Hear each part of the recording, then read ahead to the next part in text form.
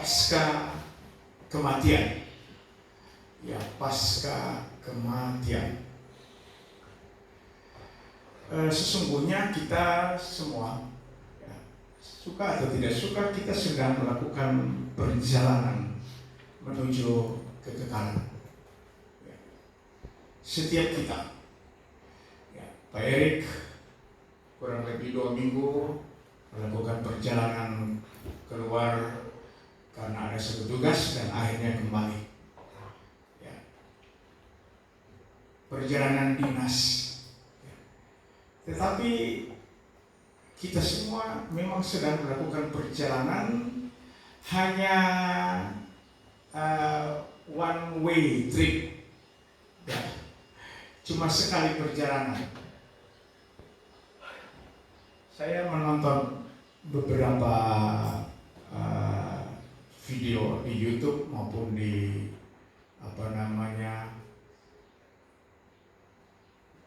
di TikTok.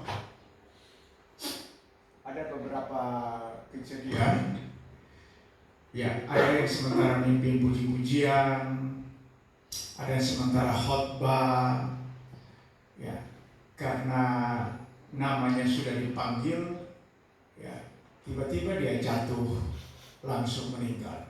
Ya, begitu indahnya sementara bertugas untuk kerajaan surga dia meninggal.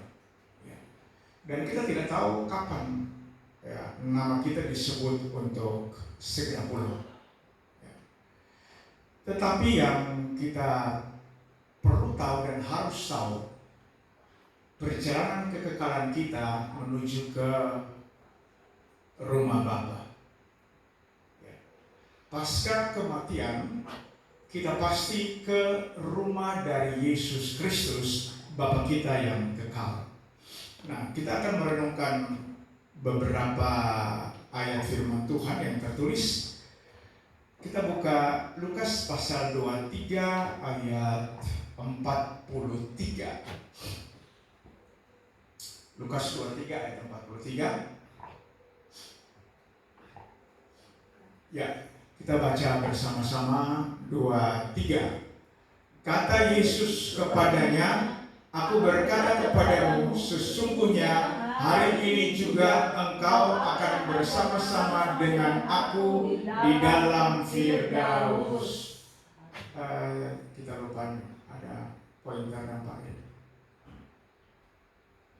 dipasang baterai, belum pasang baterai.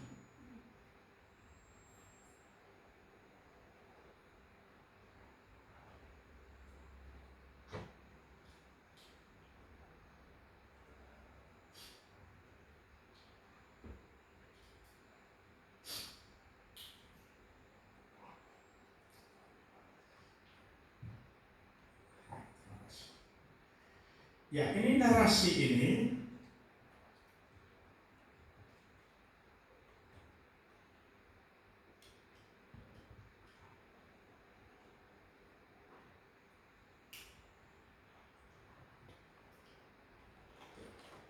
setiap orang Kristen pasti tahu ceritanya apa.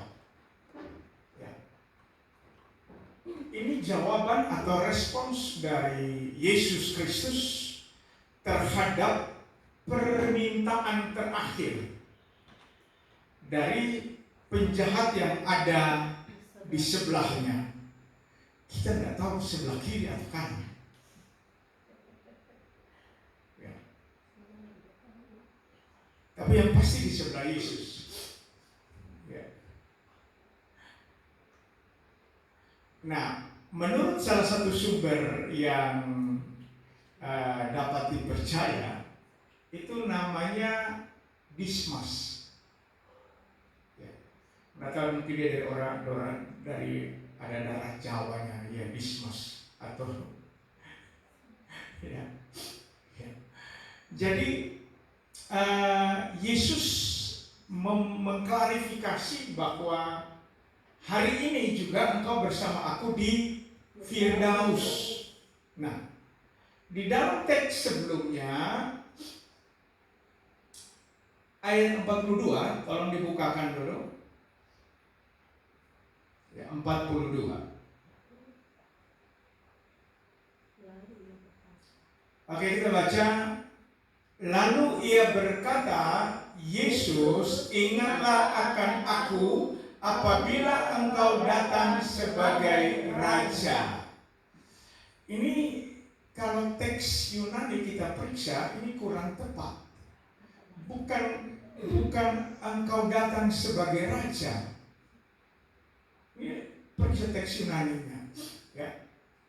Jadi apabila engkau pergi ke dalam kerajaanmu, pergi ini bukan datang, harusnya diartikan di sini. Ya, ya. Erkomai, coba perhatikan itu kata erkomai. Betul ya? Ya, ini go, ini tepatnya. Kan dia mau pergi. Engkau pergi ke dalam kerajaanmu. Ini bukan datang sebagai raja. Ini tidak ada yang coba periksa gitu. Ini kingdom, ya, basileia.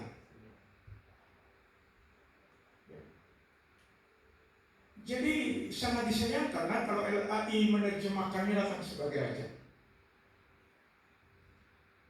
Ini mau pergi kok. Di ambang kematian kok.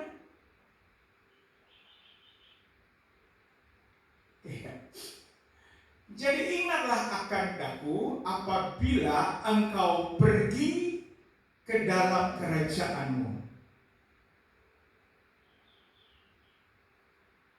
Karena dia mau pergi.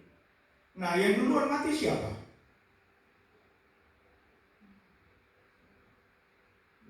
Yesus yang duluan mati. Betul. Kalau baca narasinya, Yesus yang lebih dulu mati.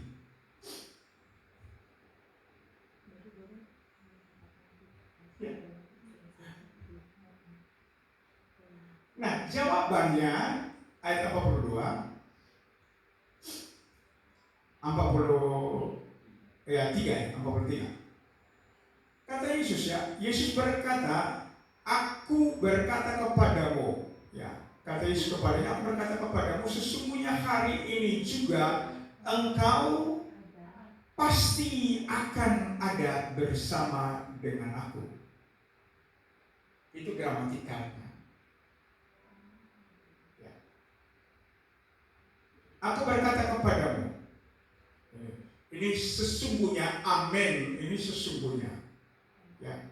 Hari ini juga engkau pasti bersama aku di Firdaus, Paradiso.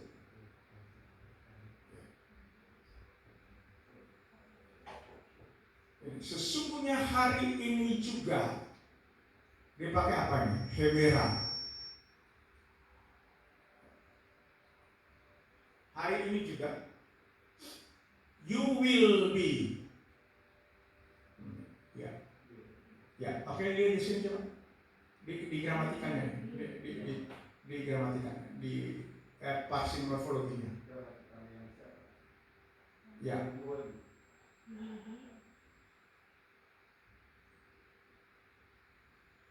You will be itu. Ya, ini indikatif. Future indikatif. Indikatif ini menunjukkan sesuatu yang pasti terjadi di masa yang akan datang. Future. Jadi hari ini juga engkau pasti akan bersama aku di Firdaus.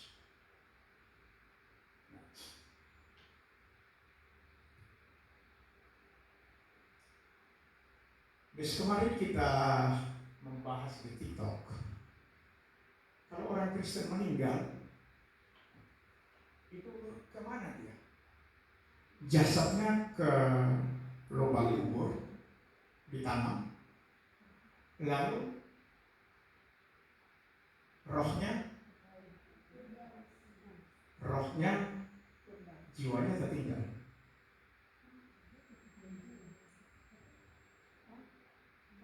Kan ada tiga, no? Roh, jiwa, tubuh. Tubuh masuk lubang, dikuburkan. Ini roh dan jiwa.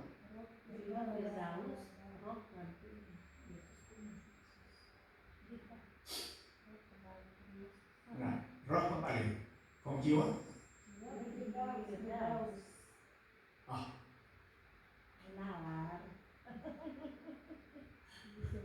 Ini orang mesti belajar. Itu roh dan jiwa itu satu kesatuan yang tidak bisa dipisahkan. Mari kita buktikan ya supaya kita tahu dasarnya. Kejadian pasal 2 ya, atau pasal menghembuskan nafas itu. Kejadian pasal 2 ayat 7 kalau tidak salah ya. Ya. Tuhan Allah membentuk manusia dari debu tanah. Ya, ini menghembuskan nafas ini. Ya. Menghembuskan nafas hidup ini disebut hajim. Tolong cari itu hajim di mana.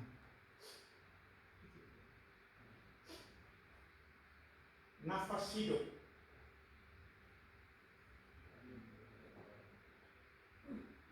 Ya.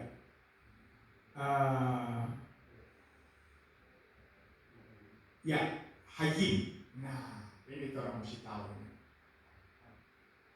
Hajim kata dasarnya hay, alive, ya, hidup ini. Tetapi ini bentuknya jamak. Coba perhatikan di sebelahnya. Ya, hajim ini plural, betul kan? Noun maskulin.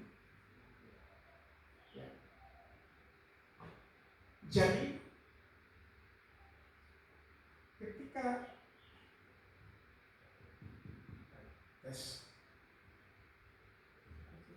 satu dua ya. Jadi ketika Tuhan menghembuskan nafas itu bentuknya jamak, hayyim. Ya. Itu ada dua, roh dan jiwa. Dapat dibedakan fungsinya, tetapi tidak bisa dipisahkan.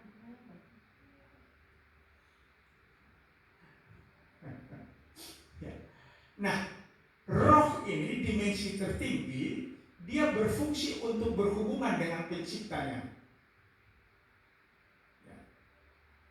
Nah, manusia itu ciri khas manusia pada jiwanya. Makanya kalau sensus penduduk belum hitung berapa jiwa kan?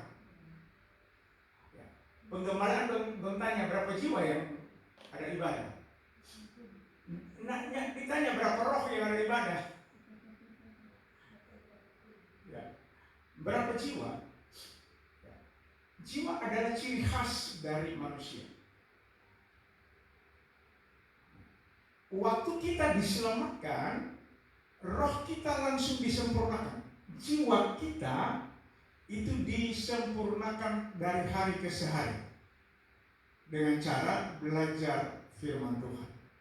Itu disempurnakan. Karakter kita dibentuk, ya. Tingkah laku kita dibentuk. Itu pembentukannya ada di jiwa, dimensi jiwa. Nah, kalau tubuh, nanti satu kali Yesus datang, kita diubahkan menjadi tubuh sorgawi. Nah, gitu ya. Jadi kita mesti tahu dulu, ya. Karena tubuh yang dari debu tanah ini tidak akan masuk dalam kerajaan surga. Makanya darah dan daging tidak akan masuk ke dalam kerajaan surga. Jadi kita harus mengalami transformasi. Gitu. Tubuh daging dari apart dirubah menjadi tubuh surgawi. Baru boleh masuk. Nah, jadi ketika kita meninggal, orang Kristen meninggal, itu tempatnya ada di Firdaus. Roh dan jiwa ada di sana. Ya. Tapi kebanyakan kita jadi latah. yang orang mati, sampai beberapa di Yerusalem baru tunggu di tanah wayar. Yerusalem baru itu bukan tempatnya kita. Ya, jadi karena orang belajar, orang mesti perbaiki termnya.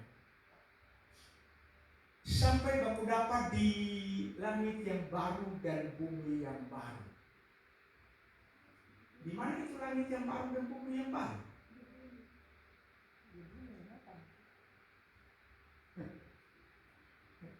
Yesus bilang hari ini engkau bersama dengan aku di Firdaus, bukan di langit yang baru dan bumi yang baru.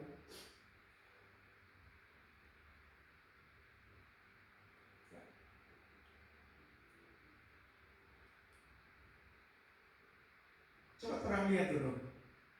Itu di mana tuh langit yang baru dan bumi yang baru? Supaya orang tahu persis. Di Petrus ya kalau tidak salah. Kita sudah ada kasih sini Pak. Ya, sudah ada kalau tidak salah. Berarti kita membuka. Langit yang baru dan bumi yang baru dicari dulu Pak. Ini di sini. Ya, langit yang baru. Ini saya Petrus ya berarti. Ya, 2 Petrus 3. Ya.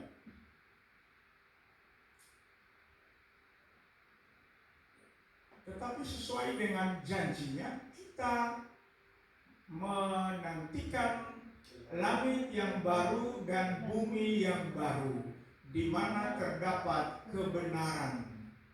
Nah, langit yang baru dan bumi yang baru ini ada di mana kamu?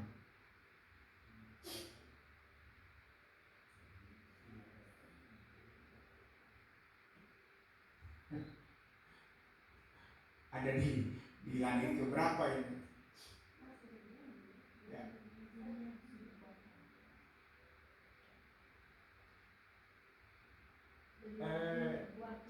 Coba di Wahyu berapa lagi tuh? Ada di Wahyu 21 ayat 1. Wahyu 21 ayat 1, kemudian ada yang di Wahyu 3 kalau tidak salah Pak. Aku melihat langit yang baru dan bumi yang baru. Kemudian ayat 2-nya coba. Kemudian di sanalah Yerusalem ya. Aku melihat ya.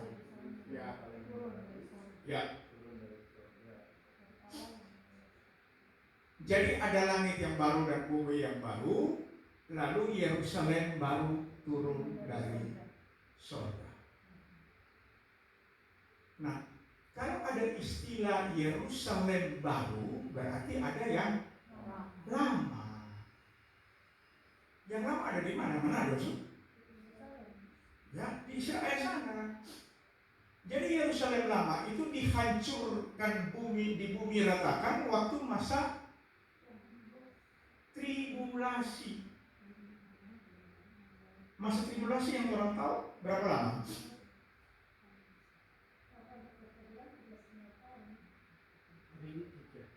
Ya? Yang tribulasi yang Ibu Rohani dua-dua ini tahu berapa lama? 3 tahun. 3,5 tahun 2.